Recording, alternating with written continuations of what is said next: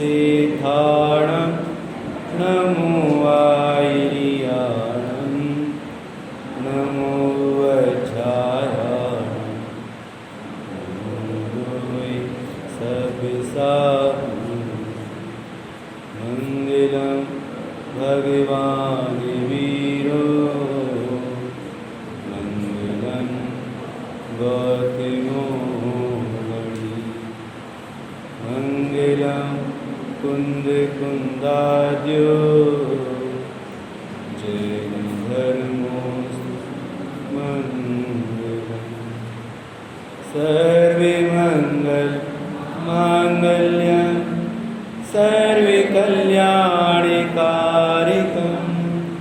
प्रधानं सर्वे धर्माणां जैनं जयतु शासनं जैनं जयतु शासनं हे सुरासुरमणुषिं वन्दितं दोदघायकं मलं प्रणमामि वर्तमानं तीर्थं धर्मस्य कर्तारं शेषे पुण्यतीर्थैरे ससव्यसेते विशुद्धि सद्भावे समणे अणाणि दंशन चरितवीर्याय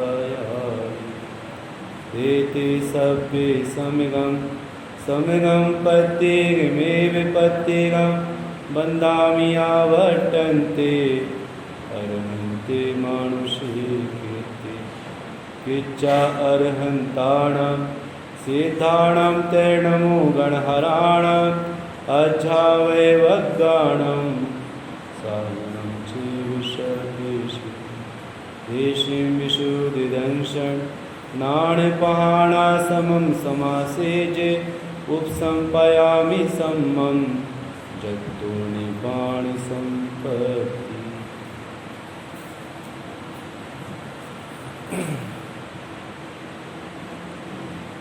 हमारे संस्कार शिक्षण शिविर की इस पावन वेला पर जो यहाँ पर विषय दिया जा रहा है, जिस विषय पर यहाँ पर चर्चा करना है, आज का विषय हमारा है निमित्त उपादान।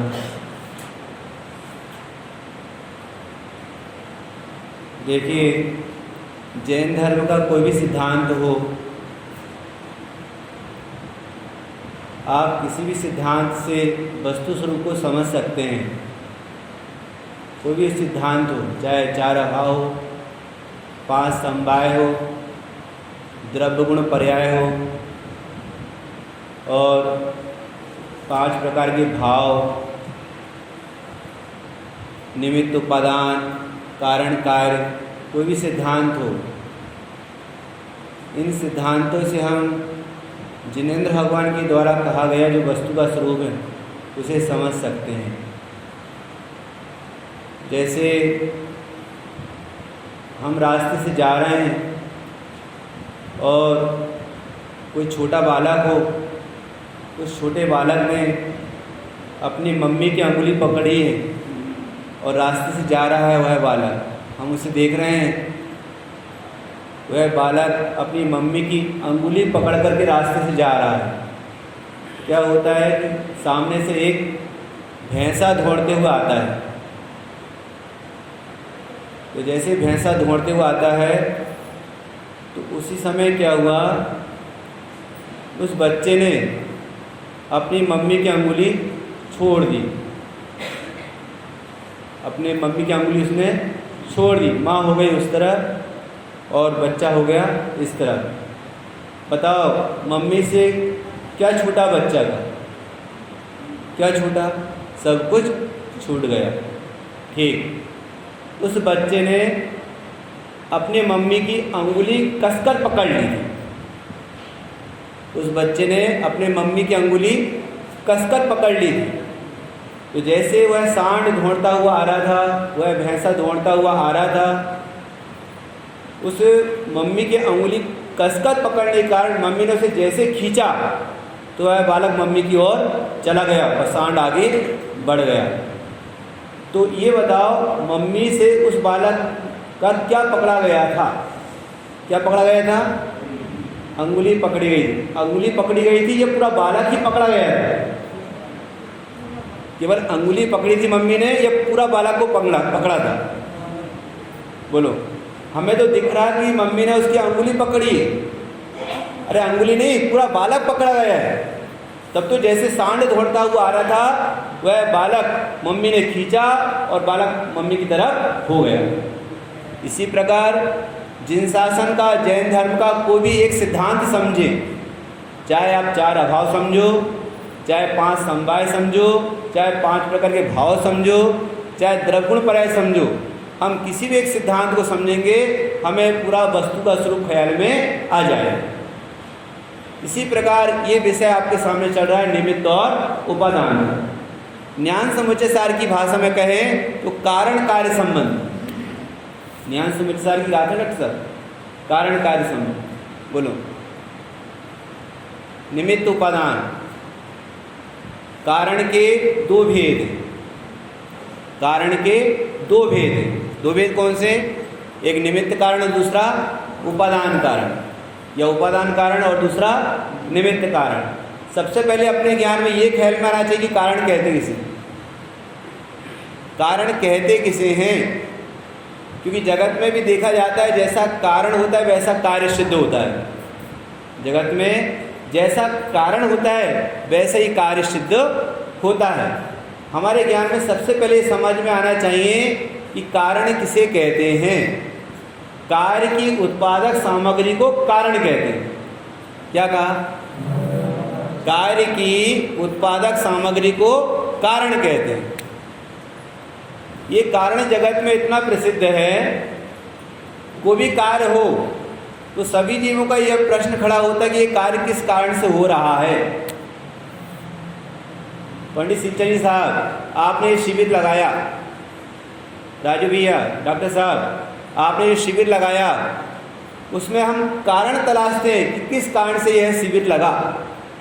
आपने इतनी मेहनत की, विदिशा समाज ने, कहाँ से लोग भाई बच्चे नहीं आए, सब जगह से आए, तो उसके पीछे हम कारण तलाशते हैं कि किस कारण से यह शिविर लगा और इस कारण का कार्य क्या सिद्ध होएगा, क्या फल मिलेगा हमको। आप विचार करो, हमने इतनी सारी व्यवस्थाएं करी, पत्रिकाएं छापी, फ़ोन पे फ़ोन किए, व्हाट्सएप पे डाले मैसेज, किस कारण से डाले, इस कारण का कार्य क्या होगा, इसका फल क्या होएगा, ये हमारे दिमाग में तो है कि नहीं?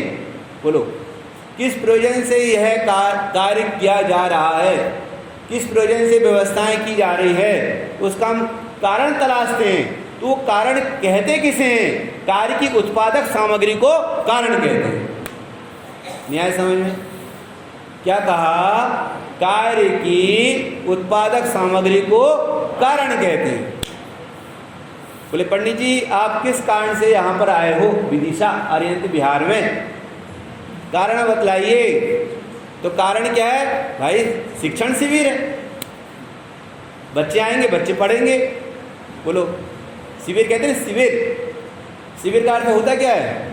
जिसमें शिक्षा विद्या में रत हुआ जाए, उसका नाम शिविर है।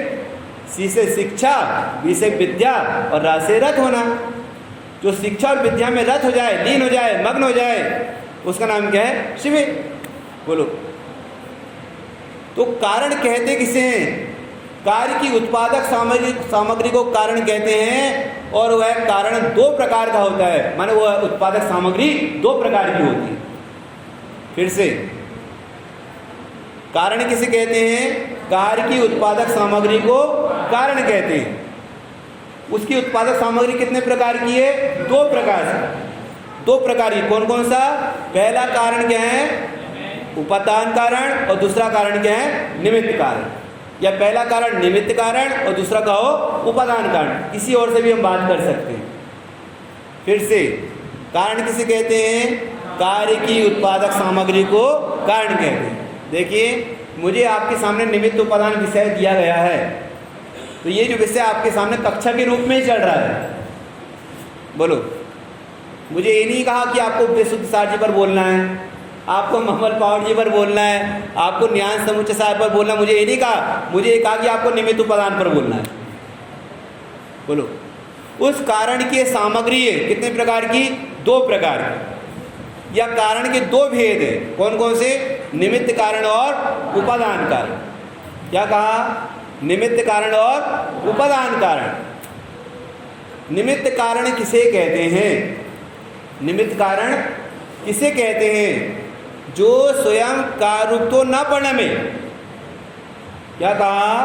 जो स्वयं तो कार्यरूप न परिणमे, उसी के कहते हैं निमित्त कारण कहते हैं। जो स्वयं कार्यरूप तो न परिणमे, पर कार्य के होने पर अनुकूल पने का आरोप जिस पर आ सके उसे निमित्त कारण कहते हैं। ये 2 पॉइंट इसमें जुड़े हुए। फिर से क्या कहा? निमित्त कारण किसे कहते हैं? जो स्वयं कार्यरूप तो न परिणमे, पर कार्य के होने पर अनुकूल पने का आरोप जिस पर आ सके उसे निमित्त कारण कहते हैं। उसके भेद करेंगे अभी उसके भेद बाद में करेंगे। पहले तो हम ये समझें कि निमित्त क्या चीज होती है। 6 द्रव्यों में निमित्त नाम की कोई वस्तु नहीं है। 6 द्रव्यों में निमित्त नाम की कोई वस्तु नहीं है, पर उपादान नाम की वस्तु है। क्या कहा? निमित्त नाम की कोई वस्तु नहीं है, पर उपादान नाम की वस्तु है। वस्तु की निज शक्ति को उपादान कहते हैं। क्या कहा? वस्तु की निज शक्ति को उपादान कहते हैं। दोनों में डिफरेंस इतना है, जो कार्य परिणमित होता है उसे उपादान कहते हैं, और जो कार्य परिणमित नहीं होता उसे निमित्त कहते हैं। इसे पूरा करेंगे आपके सामने। क्या कहा? जो कार्य परिणमित होता है, जो वस्तु कार्य परिणमित होती है उसे उपादान कारण कहते हैं, और जो वस्तु कार्य परिणमित नहीं होती उसे निमित्त कारण कहते हैं। क्या कहा? पहला कारण क्या है? निमित्त कारण। दूसरा कारण क्या है? उपादान कारण। निमित्त कारण किसे कहते हैं? जो स्वयं कार्य तो परिणमित नहीं होता। अब इसे आपके सामने खुलासा करके बतलाते हैं। बोलिए, जब भी रोटी बनेगी तो कैसे बनेगी? बाई से बनेगी कि आटा से बनेगी? कैसे रोटी बनेगी? आटे से बनेगी। गैस चूल्हा नहीं हो तो रोटी बन जाएगी? हाँ, कौन सी? लकड़ी वाले चूल्हे से? अच्छा, रोटी कैसे बनती है? लकड़ी के चूल्हे से बनती है या गैस वाले चूल्हे से बनती है? हाँ, राजू भी क्या बोल रहे हैं? ठीक है। और यदि आटा ना हो तो फिर रोटी बनती कैसे? तो गैस चूल्हा भी रखा है, एक तरफ आटा भी रखा है, रोटी बन जाएगी? क्या करना पड़ेगा? अच्छा, माने आपका कहना है कि बहुत सारी सामग्री चाहिए। माने बेला भी चाहिए, बेलन भी चाहिए, पटा भी चाहिए, गैस सिलेंडर, आग भी चाहिए, आटा भी चाहिए, और बनाने वाली भी चाहिए। रोटी बन जाएगी ना? तवा भी चाहिए, रोटी बन जाएगी ना? हाँ, रोटी बन जाएगी नहीं बन जाएगी? तो ठीक है ना। जो डिब्बे में जो आटा रखा है, डिब्बे में जो आटा रखा है, बन जाए रोटी उससे? वो आशीर्वाद आटा आता है मार्केट में, आशीर्वाद आटा मार्केट में आता है, रोटी बन जाएगी उससे? देखिए, जितना अभी डॉक्टर साहब ने बोले थे, जितना महत्वपूर्ण निमित्त उपादान है उतना ही महत्वपूर्ण 5 समवाय है। समझ में आया? जितना महत्वपूर्ण निमित्त उपादान ये सिद्धांत है, उतना ही महत्वपूर्ण 5 समवाय। प्रत्येक कार्य में 5 समवाय होते हैं, चाहे वो समझ का हो चाहे ना समझ का हो। किसी भी कार्य में 5 समवाय होते हैं। 5 समवाय में यदि एक भी समवाय कम हो तो कार्य नहीं होता। कम हो ही नहीं सकता, वो तो कार्य होना है तो 5 समवाय होंगे। एक भी कम हो ऐसे बात ही नहीं, बिल्कुल भी नहीं होगा। प्रत्येक कार्य में 5 समवाय होते ही होते हैं। बोलो।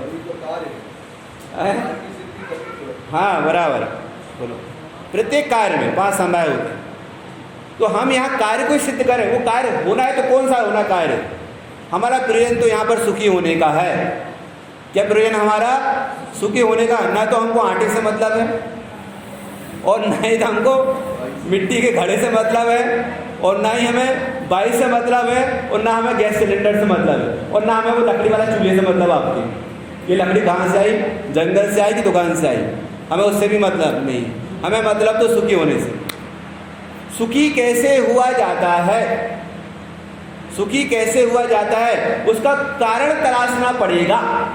राजू भैया, कारण तलाशना पड़ेगा कि सुखी होने का कारण क्या है, क्योंकि हमने जो कारण तलाशे हैं आज तक हम उससे सुखी हुए नहीं।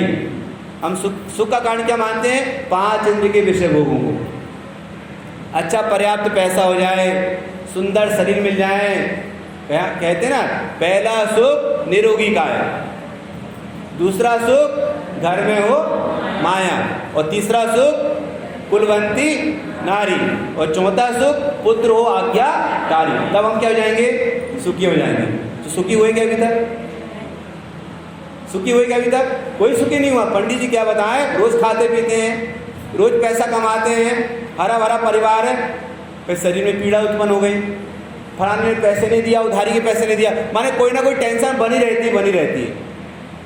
उसके पीछे हम क्या तलाशते हैं, सुख, लेकिन आज तक हमको सुख मिला नहीं। बोलो, 47 शक्तियों में एक करण नाम की शक्ति है।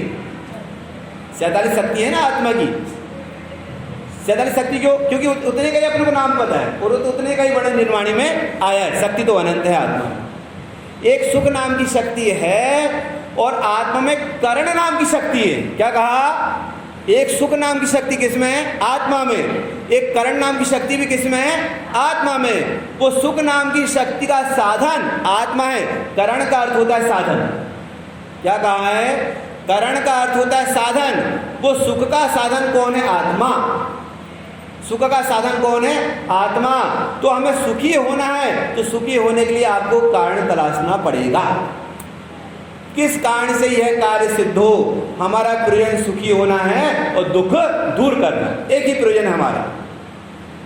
छठालाकार ने लिखा है ना, आत्मिको हित है सुख सो सुख, आकुलता बिन कहिए, आकुलता शिव माई न ताते, शिव मगिला क्यों चाहिए। आत्मा का हित किस बात में है, आत्मा का हित इस बात में है कि उसको सच्चे सुख की प्राप्ति हो जाए।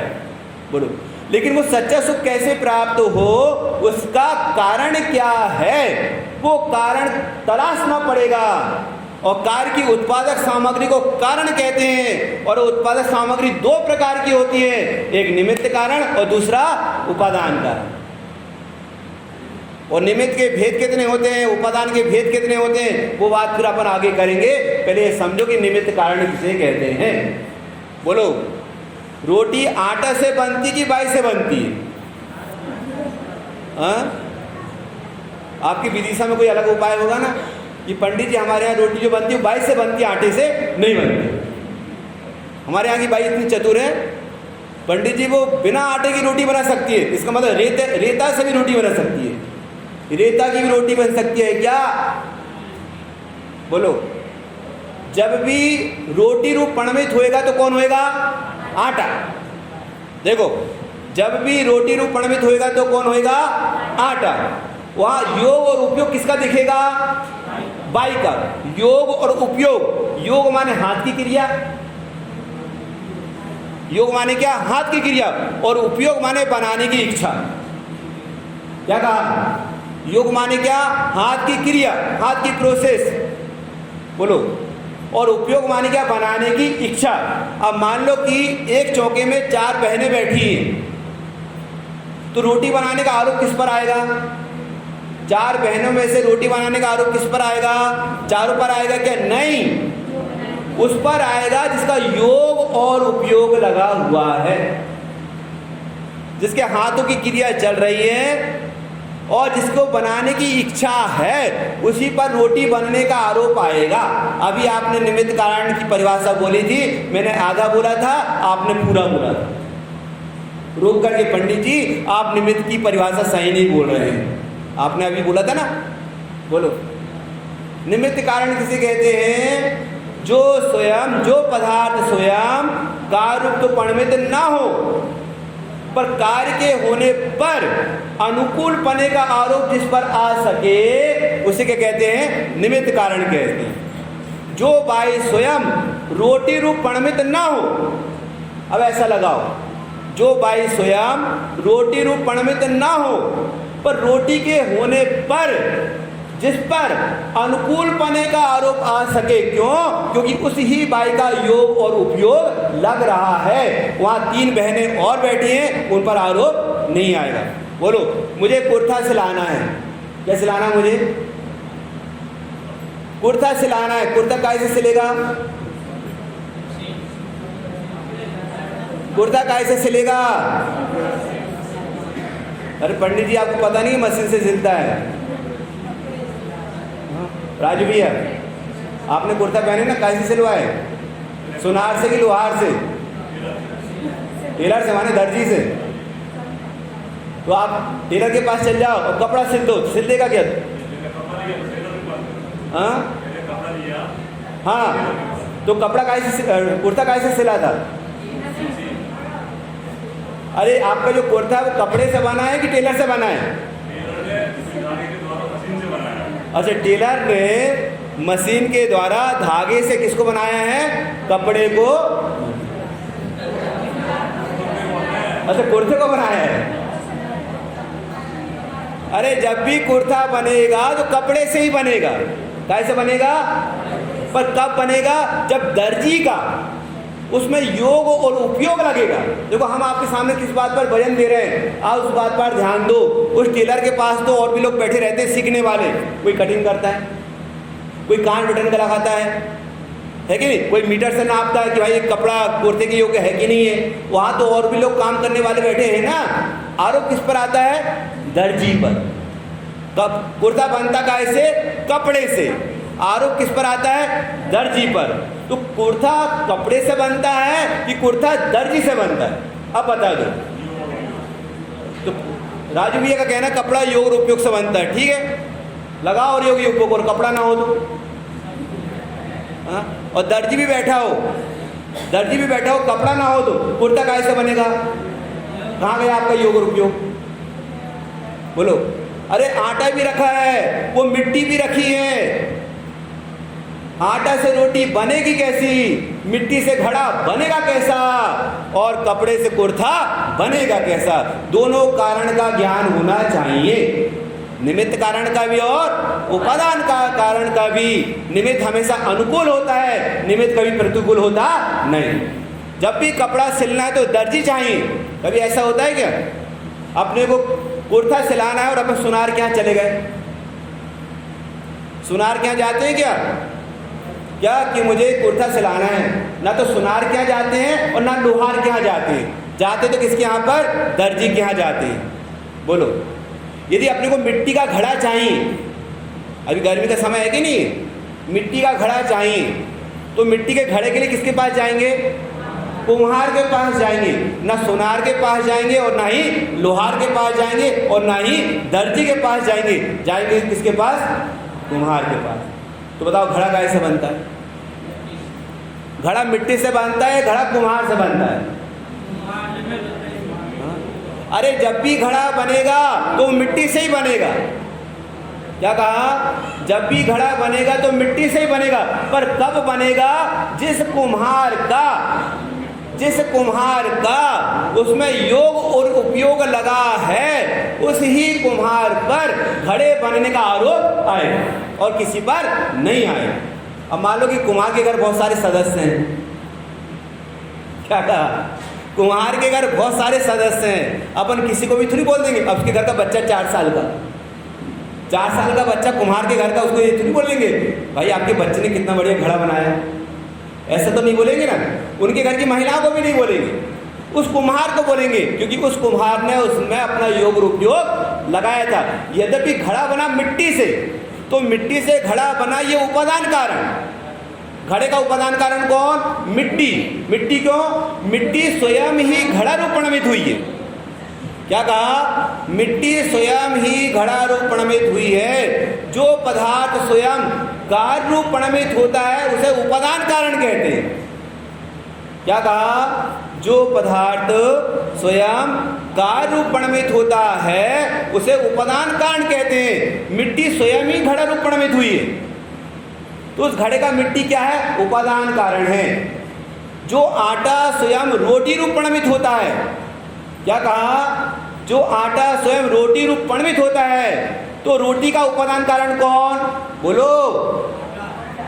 आटा। ठीक। जो कपड़ा कुर्था रूप परिणमित हुआ, उस कुर्थे का उपादान कारण कौन? दर्जी।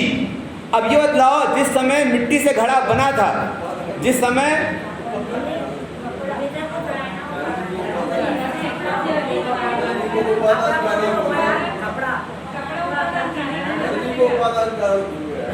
दर्जी को उपादान कारण, मतलब मंदिर के दिन जो बात है वो बिल्कुल सही है। वक्ता से श्रोता को लक्षण ये है, सही बात। सुनिए, है ना। देखो, हमारे पास मुंह और आपके पास कितने कान हैं? हमारे पास एक मुंह है और आपके पास कान कितने हैं? तो आपका लक्षण दीर्घ रहेगा ना भाई। चलिए ठीक है, फिर से देखो, है ना। जब भी रोटी बनेगी कैसे बनेगी? तो आटे रूप कौन परिणमित हुआ? आटे रूप कौन परिणमित हुआ? अरे आटे रूप कोई परिणमित नहीं हुआ। आटे रूप कोई परिणमित नहीं हुआ। सुनो सुनो सुनो, आटा तो उपादान है। आप जो बोल रहे थे ना, उसमें आप ही कंफ्यूज हो गए थे। क्या कहा? रोटी रूप कौन परिणमित हुआ? आटा। आटा क्या है? और जिस आटे से रोटी नहीं बनी वो क्या है? वो क्या है? अरे सुनो, वो उपादान है। क्या कह रहे हैं? वो उपादान है। वस्तु की निज शक्ति को उपादान कहते हैं। क्या कहा? वस्तु की निज शक्ति को उपादान कहते हैं, और जो वस्तु कार्य परिणमित होती है उसे उपादान कारण कहते हैं। न्याय समझ में? उपादान किसको कहते हैं? वस्तु की निज शक्ति को क्या कहते हैं? उपादान। आटा क्या है? उपादान है। मिट्टी क्या है? उपादान है। कपड़ा क्या है? उपादान है। लेकिन जो कपड़ा कुर्था रूप परिणमित होता है, वो कपड़ा क्या है? उपादान कारण है। जो मिट्टी घड़ा रूप परिणमित होती है, वो मिट्टी क्या है? उपादान कारण है। जो आटा रोटी रूप परिणमित होता है, वो आटा क्या है? उपादान कारण है। कार्य ना होवे तो क्या है? क्या है? मात्र उपादान है, उपादान कारण नहीं। ये बताओ। हाँ,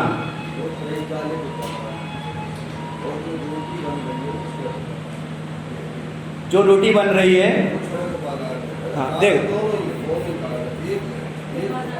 अभी तो आप हमको ये बताओ, जो डिब्बे में रखा हुआ आटा है, जो डिब्बे में रखा हुआ आटा है, उसको क्या कारण, कौन सा कारण है उसको?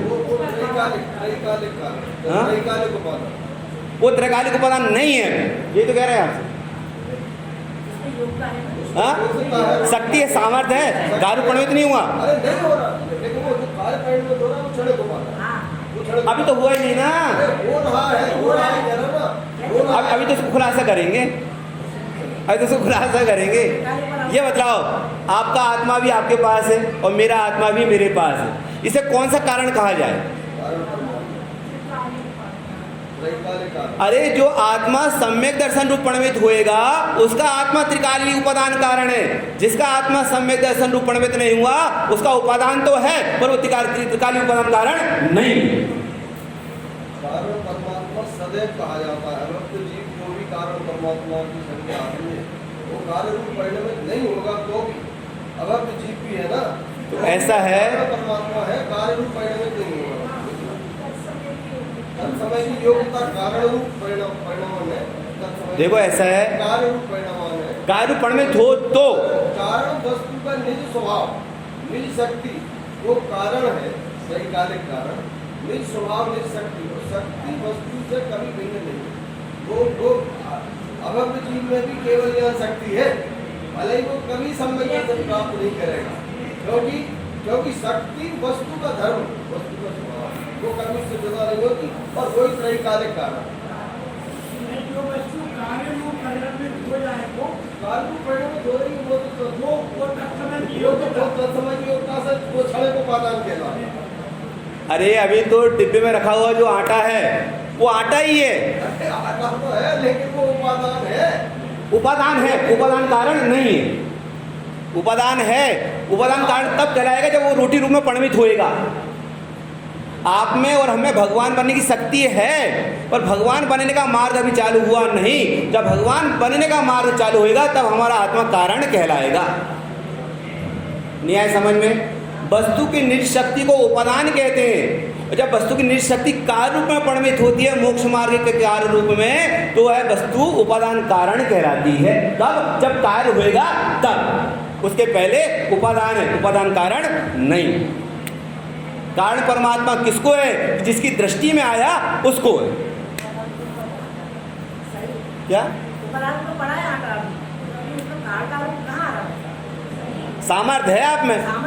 फिर सामर्थ्य तो अभव्य के पास भी है। अभव्य का कोई कारण थोड़ी कहलाएगा कोई, अभी उसको तो कार्य कभी होगा ही नहीं अभव्य का। अभी केवल इतना समझो कि वस्तु की निज शक्ति को उपादान कहते हैं, और जब वह वस्तु कार्य रूप परिणमित होती है, मोक्ष मार्ग के परिणाम रूप परिणमित होती है, तब वही आत्मा त्रिकाली उपादान कारण कहलाता है। क्यों? उसका दृष्टि से कार्य हो गया है, मोह क्षय हो गया है, तब उसका आत्मा उपादान कारण कहलाएगा। कार्य नहीं हुआ तो पड़ी है चीज, काम नहीं आ रही। पड़ी सिंचन साहब, चीज पड़ी है, आत्मा सभी के पास है, आबाल गोपाल सभी के पास अपना ज्ञान स्वभावी आत्मा है, लेकिन उसकी ना समझ होने के कारण वर्तमान में कार्य हो रहा नहीं। इसे उपादान तो है, पर उपादान कारण अभी बना नहीं। बनेगा कब? जब उसकी दृष्टि होगी तब। अब दृष्टि कब होगी? कि भाई जब मिथ्यात्व का अभाव होगा। देखो प्रश्न आपका ये, समाधान आपको ही मिलेगा। दृष्टि कब होगी? तो मिथ्यात्व का अभाव होएगा। तो सुनो, त्रिकाली उपादान कारण जिसको कहा है, उपादान जिसको कहा है, क्षणिक उपादान जिसको कारण कहा है, हम आपके सामने खुलासा करके बतला रहे हैं। आपके जो प्रश्न है वो प्रश्न का खुलासा आपके सामने होएगा। देखो, सम्यक दर्शन रूपी कार्य का कारण क्या? आपका प्रश्न है ना, तो जवाब भी हम आपकी ओर से ही देंगे। सम्यक दर्शन का कारण क्या है? सम्यक दर्शन एक कार्य है, श्रद्धा गुण का निर्मल परिणमन है। उस कार्य का कारण कौन? बोलिए, उस कार्य का कारण कौन? कि मेरा त्रिकाली ज्ञान स्वभावी आत्मा। ठीक है ना?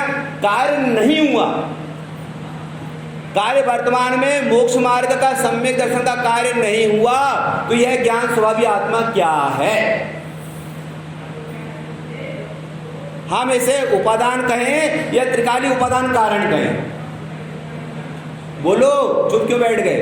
अभी तो सब बोल रहे थे साथ में। हाँ बोलो। नहीं, आपको जरूर गए हो, लेकिन वैसा है नहीं होता। उपादान ठीक है ना, मैं आपको बोल रहा हूँ, उसके बाद आप बोले भाई ऐसा नहीं है। देखो, नियम सार में कारण परमात्मा कैसे कहा है? वस्तु को कारण परमात्मा कहा है, त्रैकालिक को कारण परमात्मा है, बस कार्य परमात्मा में परिणमित जब होगा तब कार्य। आगे ना बात, वो वस्तु तो है, वो कारण परमात्मा तो है, लेकिन जब वो कार्य परिणमित होएगा तब वो क्या कहलाएगा? कारण। आपका ही प्रश्न और आपका ही जवाब। अरे वो आप कारण तो त्रैकालिक, उपादान कारण के दो भी हैं। हाँ, एक कार्य उपादान और क्षणिक उपादान ये। लेकिन जब कार्य होता है क्षणिक उपादान में कारण होता है।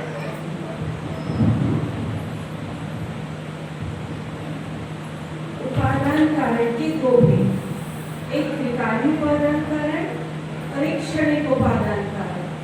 जब त्रिकाली उपादान कारण तो उस वस्तु का मूल जो भी वस्तु कार्य उसमें नहीं होता। कार्य होता है एक समय की जो उसकी अनंतर पूर्व क्षणवर्ती पर्याय और उत्तर क्षणवर्ती पर्याय। अनंतर पूर्व क्षणवर्ती पर्याय को क्षणिक उपादान कारण कहेंगे, तत्समय की योग्यता। और जो कार्य हुआ उत्तर क्षणवर्ती पर्याय, ये भी क्षणिक उपादान कारण। कार्य त्रिकाली उपादान में नहीं होता, लेकिन उसे त्रिकाली उपादान कारण कहा जाता है। कब कहा जाता है उसे? कारण के ही दो भेद। हाँ, उसे दीदी, उसे उपादान कारण कब कहा जाएगा? उपादान, ये उपादान कारण के दो भेद, त्रिकाली उपादान और क्षणिक तो उपादान। क्षणिक उपादान क्या है? क्षणिक उपादान जब कार्य होता है तो उसी को समर्थ कारण कहते हैं ना, तो समर्थ कारण उसी को कहते हैं, तत्समय की योग्यता। अनंतर पूर्व क्षणवर्ती पर्याय को। तो उसे हाँ देखिए, एक सेकंड डॉक्टर साहब, एक सेकंड। आपने कहा कि त्रिकाली उपादान जो शक्ति रूप में है वो ही कारण है। दीदी तरफ से जवाब आया कि जो अनंतर पूर्व क्षणवर्ती पर्याय है वो क्षणिक उपादान कारण तत्समय की योग्यता है। ऐसे ही नहीं जवाब आपका? त्रिकाली उपादान को भी उपादान कारण कहा जाता है। किसको? त्रिकाली उपादान को भी उपादान कारण के दो भेद, उपादान कारण के दो भेद, हाँ, त्रिकाली उपादान हाँ। और क्षणिक उपादान। चलो बहुत बढ़िया। अब आपने बात रखा है, अब मैं इसको आगे बात करूँ मैं? जी जी। चलो प्रश्न से तो खुलासा ही होगा, नुकसान तो नहीं हुआ। अब देखिए डॉक्टर साहब ने कहा, अब मुझे ऐसा लग रहा है कि मैं बीच में फंस गया हूँ और आज वाली डॉक्टर साहब है और दीदी लोग हैं। अब दोनों डॉक्टर को कमान लो आप। दो डॉक्टरों के बीच में एक मरीज फंसा है। एक तो खाली डॉक्टर है, एक पीएचडी वाले डॉक्टर है, डॉक्टर तो दो ही। अब सुनिए, डॉक्टर साहब का ये कहना था कि जो वस्तु की निजी शक्ति है वो निशक्ति ही कारण है, लेकिन कारण नहीं हुआ। लेकिन वो कारण है, कारण परमात्मा है ना, नियम सारी का कारण परमात्मा, लेकिन कार्य अभी नहीं हुआ। नहीं हुआ, ठीक है।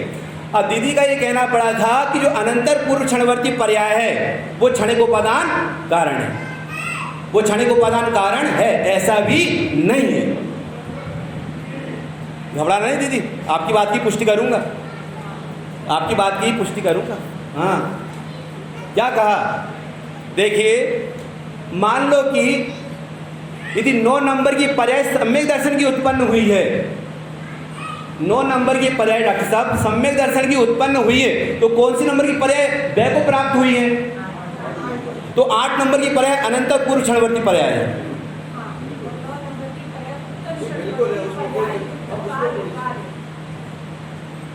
अनंतर पूर्व क्षणवर्ती पर्याय को आपने तत्समय की योग्यता कहा था।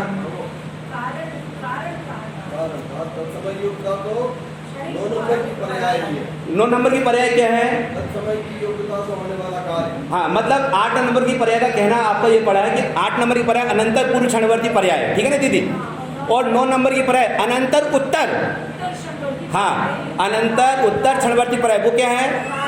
वो कार्य है, उसी का नाम क्या है? क्षणिक उपादान कारण, उसी का नाम तत्समय की योग्यता। तो बतलाओ, जो सम्यक दर्शन की पर्याय 9 नंबर पर हुई है उसका कारण कौन है? जो 9 नंबर की सम्यक दर्शन की पर्याय उत्पन्न हुई है उसका कारण 8 नंबर की पर्याय है, उसका कारण त्रिकाली द्रव्य है, या उसका कारण देव शास्त्र गुरु की देश में है? बताओ क्या कारण? वो अपने सत्कारक से होने वाला कार्य है। 10 नंबर की 9 नंबर की जो पर्याय हुई है, हाँ, वो अपने सत्कारक से होने वाला तत्समय की योग्यता से होने वाला कार्य है। उसमें 8 नंबर की पर्याय की कोई पर्याय नहीं है। वो तो 8 नंबर की पर्याय की जगह खाली करी उसने उसके लिए, इसलिए उसमें अंतरंग निमित्त का आरोप आता और बहिरंग निमित्त देव शास्त्र आदि का समागम।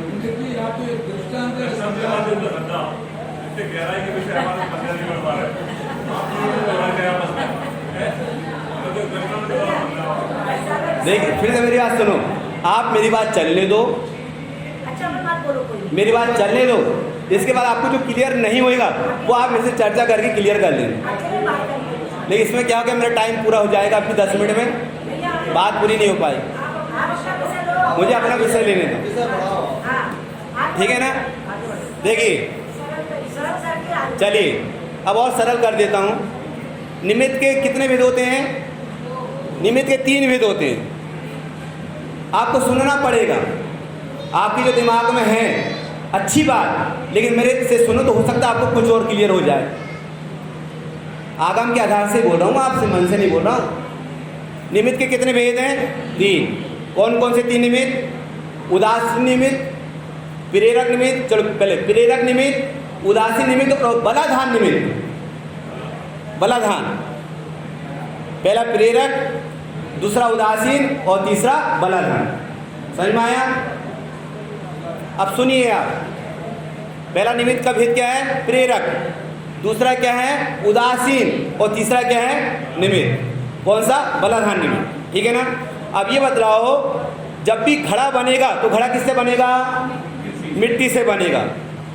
तो उसमें क्या होता है, पहले मैं आपको और इसमें और क्लियर कर दे रहा हूँ कि प्रेरक क्या होता है, उदासीन क्या होता है और बलाधान क्या होता है। देखिए आपने टाइम दिया मुझे 45 मिनट का, 45 मिनट का आपने टाइम दे दिया। 10 मिनट बाजू वाले ले ली, रक्षा ने 10 मिनट बाजू वाले दीदी ने ले ली, बच्चे कितने मिनट मेरे पास?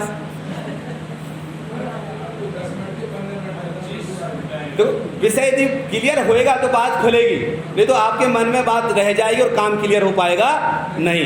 ठीक है ना। निमित्त के कितने भेद हैं? 3।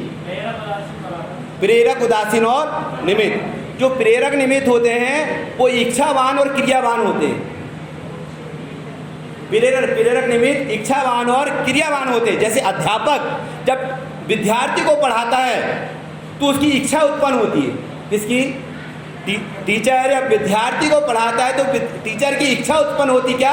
मैं विद्यार्थी को पढ़ाऊं, प्रेरणा दूं। जो प्रेरणा देता है उसको प्रेरक निमित्त कहते हैं। क्लियर हो गया राजू भैया?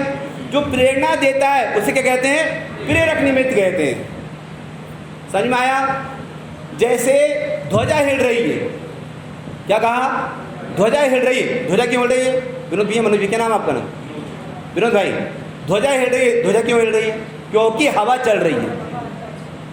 ध्वजा इसलिए हिल रही है क्योंकि हवा चल रही है। तो जिसमें इच्छावान और जो क्रियावान होता है उसको प्रेरक निमित्त कहते हैं। विद्यार्थी को टीचर ने पढ़ाया तो ये प्रेरक निमित्त, और ध्वजा हिली हवा से तो वो प्रेरक निमित्त, क्योंकि यहाँ क्रिया हुई है और यहाँ इच्छा हुई है, और इच्छा और क्रिया जिसमें होती है उसको प्रेरक निमित्त कहते हैं। नहीं आए समझ में? आए समझ में? नहीं आएगा तो फिर से पूछ लेना। अभी ये 4-5 दिन आपके पास में हम हैं। ठीक है ना।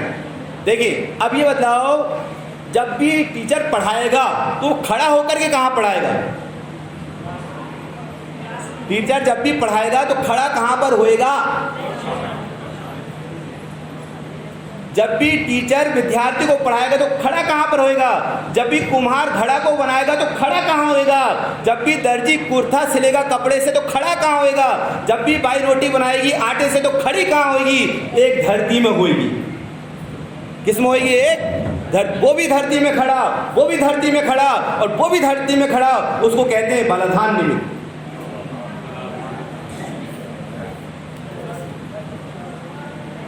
सब क्लियर हो जाएगा डॉक्टर साहब, चिंता नहीं करो। जैसे आप इलाज करते हैं ना मरीज का, बारीक बारीक से सब क्लियर हो जाएगा। क्या क्या बेटा? बलाधान का मतलब होता है जो नियामक होता है, नियामक नियम से कारण होता है। जिसने जो चीज़ बनाई उसने कहीं ना कहीं खड़ा होकर के बनाई है, वो नियम से उसने कहीं खड़ा हुआ, वो उसका नाम नियामक है।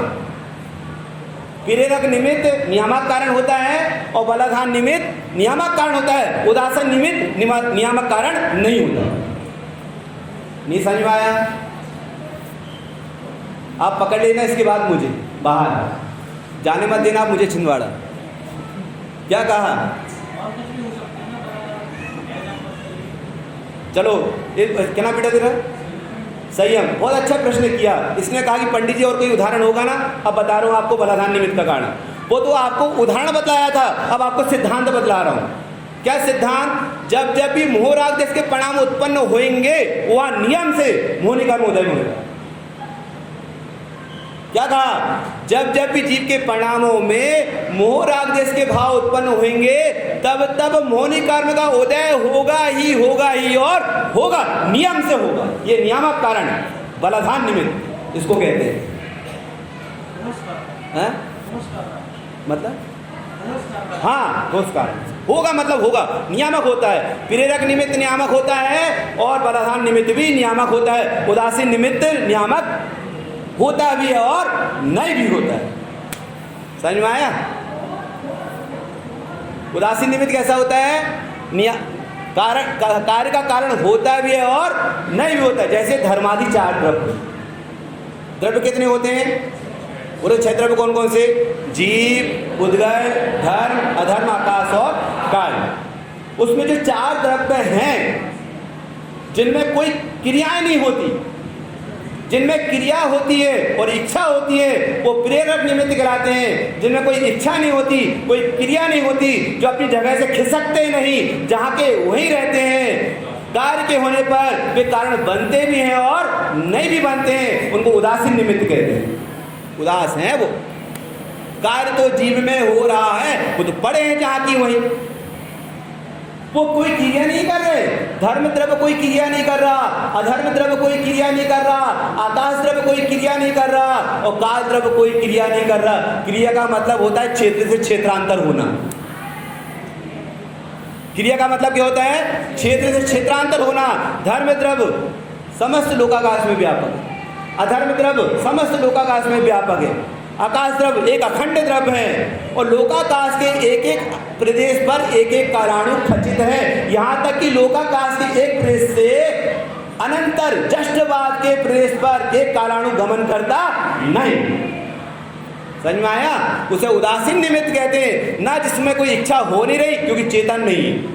इच्छा किसको होती है? चेतन को होती है, अचेतन को नहीं होती। वो क्रिया नहीं करता, वो क्रिया इसलिए नहीं करता क्योंकि उसको क्रिया करने की कोई जगह है ही नहीं, क्रिया ही नहीं करता। क्रिया करने वाले केवल 2 द्रव्य, 6 द्रव्यों में। कौन कौन से? जीव और उद्गम। निमित्त के भेद कितने हो गए? 3। कौन कौन सा? एक प्रेरक निमित्त, दूसरा उदासीन निमित्त और तीसरा बलाधान निमित्त। सुनो, निमित्त के 2 भेद होते हैं। क्या कहा? अरे पंडित जी, हमने जब 2 कहे थे तो आपने 3 बोले थे, और जब आपने 3 बता दिए अब कह रहे 2 होते। ये क्या है? एक पिक्चर कैसी है बताओ? निमित्त के 2 भेद होते हैं। 2 भेद कैसे? एक अंतरंग निमित्त और दूसरा बहिरंग निमित्त। निमित्त के भेद कितने होते हैं? 2। कौन कौन सा? एक अंतरंग निमित्त और दूसरा बहिरंग निमित्त। अब सुनो, अंतरंग कैसा और बहिरंग कैसा? जब भी जीव को सम्यक दर्शन होएगा तो किसके आश्रय से होएगा? निज ज्ञान स्वभावी आत्मा के आश्रय से ही सम्यक दर्शन की प्राप्ति होती है। क्या कहा? जब भी सम्यक दर्शन होएगा तो किसके आश्रय से होएगा? निज ज्ञान स्वभावी आत्मा के आश्रय से ही होएगा। पर सम्यक दर्शन होएगा तो किसकी देशना निमित्त बनेगी? कुदेव कुगुरु कुधर्म की देशना निमित्त बनेगी या सच्चे देव साहस गुरु की देशना निमित्त बनेगी? कार्य कहाँ हुआ? सिंह के पर्याय में भगवान महावीर स्वामी के जीव को, सिंह की पर्याय में भगवान महावीर स्वामी के जीव को जो वहां ने सुलटे, कहाँ ने सुलटे? प्रथम तीर्थंकर आदिनाथ भगवान के समोसन में नहीं सुलटे, वो कहाँ सुलटे? सिंह की भाव में सुलटे। बोलो, सिंह की पर्याय में उनको सम्यक दर्शन हुआ। वो सम्यक दर्शन स्वभाव के आश्रय से हुआ था या दोनों मुनराज के आश्रय से हुआ था? स्वभाव के आश्रय से हुआ था। तो जिस समय उन्होंने मुनराज की देशना सुनी थी, देशना सुनकर वो अंदर आ गया था कि बाहर की बाहर ही रहा था? ठीक। जब अंदर आया तो क्या हुआ? और अंदर नहीं आता तो जिस प्रकार से प्रथम तीर्थंकर आदिनाथ भगवान की देशना मिली तो कार्य नहीं हुआ, इस प्रकार 2 मुनराज की देशना सुनने पर भी कार्य होता नहीं। आना तो पहले उसे अंदर था, अंदर आया, इसलिए कार्य का कारण वो नहीं कहलाए। निमित्त कारण कौन? आदिनाथ भगवान। कौन कहलाए? 2 मुनिराज, 2 रिद्धिधारी मुनराज। सिंह की पर्याय में भगवान महावीर स्वामी के जीव को निज स्वभाव का आश्रय लेने पर 2 मुनराज की देशना सुनने को मिली। तो सम्यक दर्शन का उपादान कारण वो स्वभाव जो अनादिकाल से पड़ा था, उपादान रूप से पड़ा था, वो शक्ति पड़ी थी। वस्तु की निज शक्ति को उपादान कहते हैं। रहस्यपूर्ण चिट्ठी उठा करके पढ़ लेना। बोलो, मोक्ष मार्ग प्रकाशक जी का जो निमित्त उपादान रहस्यपूर्ण चिट्ठी है ना, आप उसे पढ़ने लेना। वस्तु की निज शक्ति को उपादान कहते हैं। वो तो सामर्थ्य पड़ी हुई थी पर वो जीव को सम्यक दर्शन वहां भी नहीं हो पाया था, लेकिन शक्ति तो पड़ी थी। वो कार्य उसका आज यहाँ हुआ। कहाँ हुआ? शेर की पर्याय में। तो शेर की पर्याय में जब कार्य हुआ तो निज शुद्धात्मा त्रिकाली उपादान कारण कहलाया, और जो कार्य हुआ उस कार्य का निमित्त कारण मुनिराज की देशना कहलाई। नहीं समझ में आया क्या? कार्य 1। अब और आगे बढ़ रहे हैं, देखो कार्य 1 बता रहा हूँ बेटा, बता रहा हूँ, समझ गए मैं आपको। कार्य 1, कार्य कौन सा? सम्यक दर्शन का कार्य किसके आश्रय से हुआ? निशुद्धात्मा के आश्रय से हुआ। किनकी देशना मिली? 2 मुनराजों की देशना मिली। 2 मुनराजों की देशना वो निमित्त कारण है, बहिरंग निमित्त कारण, और स्वभाव के आश्रय से हुआ वो उपादान कारण है। और जिस समय स्वभाव का आश्रय हुआ उस समय मोहनी कर्म में क्या हुआ?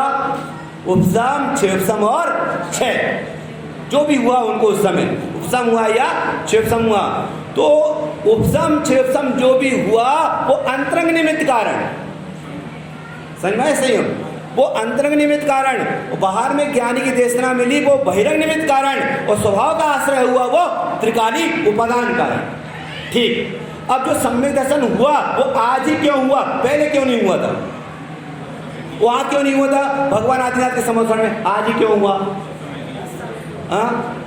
तो सुनो, त्रिकाली उपादान कारण के आप दो भेद निकालेंगे। त्रिकाली उपादान कारण के आप दो भेद निकालेंगे। दो भेद कौन कौन से? एक अनंतर पूर्व क्षणवर्ती पर्याय और एक अनंतर उत्तर क्षणवर्ती पर्याय। क्षणिक उपादान कारण के कितने? दो भेद। दो भेद कौन कौन से? पहला भेद क्या? अनंतर पूर्व क्षणवर्ती पर्याय, और दूसरा भेद क्या? अनंतर उत्तर क्षणवर्ती पर्याय। अनंतर का अर्थ होता है जस्ट पहले की। तो 9 के पहले जस्ट क्या आएगा? 8, और 8 के बाद क्या आएगा? 9। समझ में आया? तो जो 8 नंबर की पर्याय अभी अभी चर्चा चल रही थी, वो 8 नंबर की पर्याय वे को प्राप्त हुई, और जस्ट बाद 9 नंबर की पर्याय, उसका नाम है अनंतर। बिना अंतर पढ़े बिना, अंतर पढ़े बिना, उसका नाम क्या राजू भैया? अनंतर। अनंतर का मतलब क्या होता है? बिना अंतर पढ़े। लेकिन कब किया? वो पहले की बात की है। बोलो, जो 8 नंबर की पर्याय 9 नंबर के पहले निकली, वो 8 नंबर की पर्याय पहले की बात की है, पहले की ना। अनंतर पूर्व क्षणवर्ती पर्याय वो तो चली गई। कौन से पर्याय आई? 9 नंबर की पर्याय आई, उसका नाम क्या? अनंतर उत्तर क्षणवर्ती पर्याय। वो पहले की और ये बाद की। तो पहले की कौन सी निकली? 8 नंबर की, और बाद की आई कौन सी? 9 नंबर की। जो 9 नंबर की पर्याय आई है, उसका कारण क्या है? वो 9 नंबर की पर्याय सम्यक दर्शन की पर्याय, वो 9 नंबर की पर्याय मिथ्यात्व का अभाव करके आई है। 8 नंबर की पर्याय माने मिथ्यात्व का अभाव। अनंतर पूर्व क्षणवर्ती पर्याय माने मिथ्यात्व का अभाव। मिथ्यात्व का अभाव होकर के सम्यक दर्शन का उत्पाद हुआ। तो सम्यक दर्शन का जो उत्पाद हुआ वो किसके आश्रय से हुआ? स्वभाव के आश्रय से हुआ, या मुनिराज की देशना से हुआ, या कर्म के उपशम, क्षयोपशम और क्षय से हुआ? सम्यक दर्शन की पर्याय किस कारण से हुई? ये बतलाओ। आप कहोगे कि वो स्वभाव के आश्रय से हुई, तो स्वभाव तो अनादिकाल से था, तो सम्यक दर्शन पहले क्यों नहीं हुआ, आज ही क्यों हुआ? आप कहोगे कि मुनिराज की देशना सुनने से शेर को सम्यक दर्शन हुआ, तो उन्होंने तो आदिनाथ भगवान की भी देशना सुनी थी, उन्होंने तो आदिनाथ भगवान की देशना सुनी थी, वहां कार्य क्यों नहीं हुआ? बोलो। आप कहोगे कि जो कर्मों का उपशम, क्षेपशम, क्षय हुआ, उसके कारण सम्यक दर्शन हुआ, वो तो स्वयं जड़ है, वो स्वयं तो जड़ है, फिर सम्यक दर्शन कैसे हुआ? कैसे हुआ? अरे वो सम्यक दर्शन जो हुआ वो अपने तत्समय की योग्यता से हुआ। क्या कहा? वो तत्समय की योग्यता से हुआ। वो सम्यक दर्शन न तो त्रिकाली द्रव्य के आश्रय से हुआ, वो सम्यक दर्शन ना तो 8 नंबर की पर्याय के व्यय से हुआ, मिथ्यात्व के व्यय से हुआ, वो सम्यक दर्शन ना ही मुनिराज की देशना से हुआ, वो सम्यक दर्शन तो अपनी तत्समय की योग्यता से हुआ, और तत्समय की योग्यता नियामक कारण है। नहीं समझ में आ रहा है? अब कारण हुआ बाबूजी, अब कारण हुआ। ये अभी कार्य होगी ना वर्तमान पर्याय में, जो 10 नंबर की पर्याय जिसको क्षणिक उपादान कारण कहा, तत्समय की योग्यता कहा है कि सम्यक दर्शन अपनी तत्समय की योग्यता से हुआ। उसमें आश्रय किसका था? त्रिकाली द्रव्य का। जो उपादान था वो उपादान कारण कहला गया, और सम्यक दर्शन होने पर बाद में देशना किसकी मिली? मुनिराज की, तो वे सम्यक दर्शन के बहिरंग कारण कहलाए। ठीक है ना? लेकिन सम्यक दर्शन आज ही हुआ है ना, तो वो अपनी तत्समय की योग्यता से हुआ। इससे क्या फायदा हुआ कि पर्याय के कर्तृत्व का बोझा उतर गया सिर माथे से। नहीं समझ में आया? मुझे सम्यक दर्शन करना है, मुझे सम्यक दर्शन करना, मुझे सम्यक दर्शन करना है, ऐसा बोझा भी निकल गया। फिर तुम क्या रहो? तुम तो ज्ञाता दृष्टा बन करके ही रहो। मिथ्यात्व का व्यय होएगा, सम्यक दर्शन का उत्पाद अपने आप में। अब फिर प्रश्न आपका खड़ा हो सकता है, क्या खड़ा हो सकता है कि भाई जो मिथ्यात्व का व्यय हुआ, 8 नंबर की पर्याय गई, इसलिए सम्यक दर्शन का क्या हुआ? उत्पाद हुआ। ठीक है ना? बिना मिथ्यात्व जाए सम्यक दर्शन होगा कि नहीं होगा? बोलो। बिना मिथ्यात्व जाए सम्यक दर्शन होगा कि नहीं होगा? तो जो 8 नंबर की पर्याय मर चुकी है, क्या कहा? जो 8 नंबर की पर्याय मर चुकी है, तो मरा हुआ व्यक्ति किसी को पैदा कर सकता है क्या? तो सम्य दर्शन आया कहाँ से? त्रिकाली द्रव्य तो अनादिकाल से पड़ा था, उसमें से सम्य दर्शन नहीं आया। मुंडराज की देशना बाहर मिली, मुंडराज का सम्य दर्शन निकल करके अपने में से नहीं आया। 8 नंबर की पर्याय का अभाव हो गया, वो मर चुकी है, उसमें से सम्य दर्शन नहीं आया।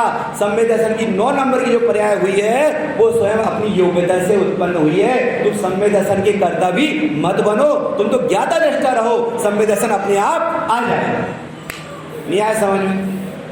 तो टाइम भी हो गया।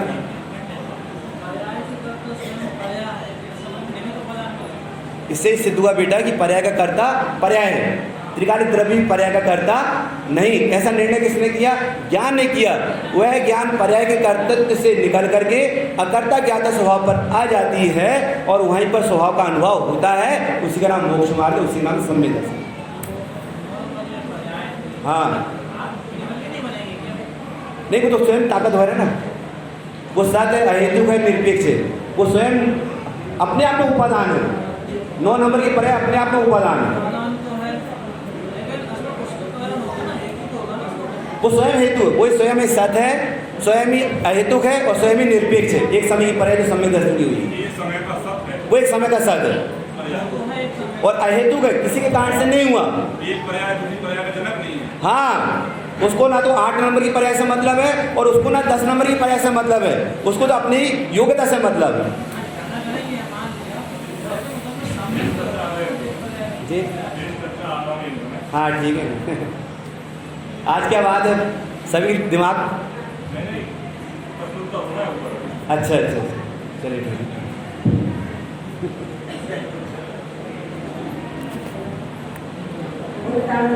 महाराज की जय।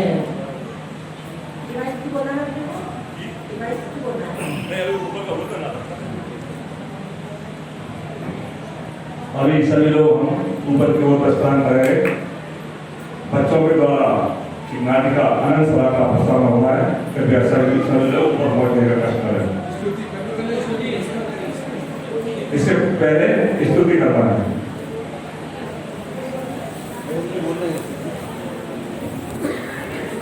महिमा जिनवाणी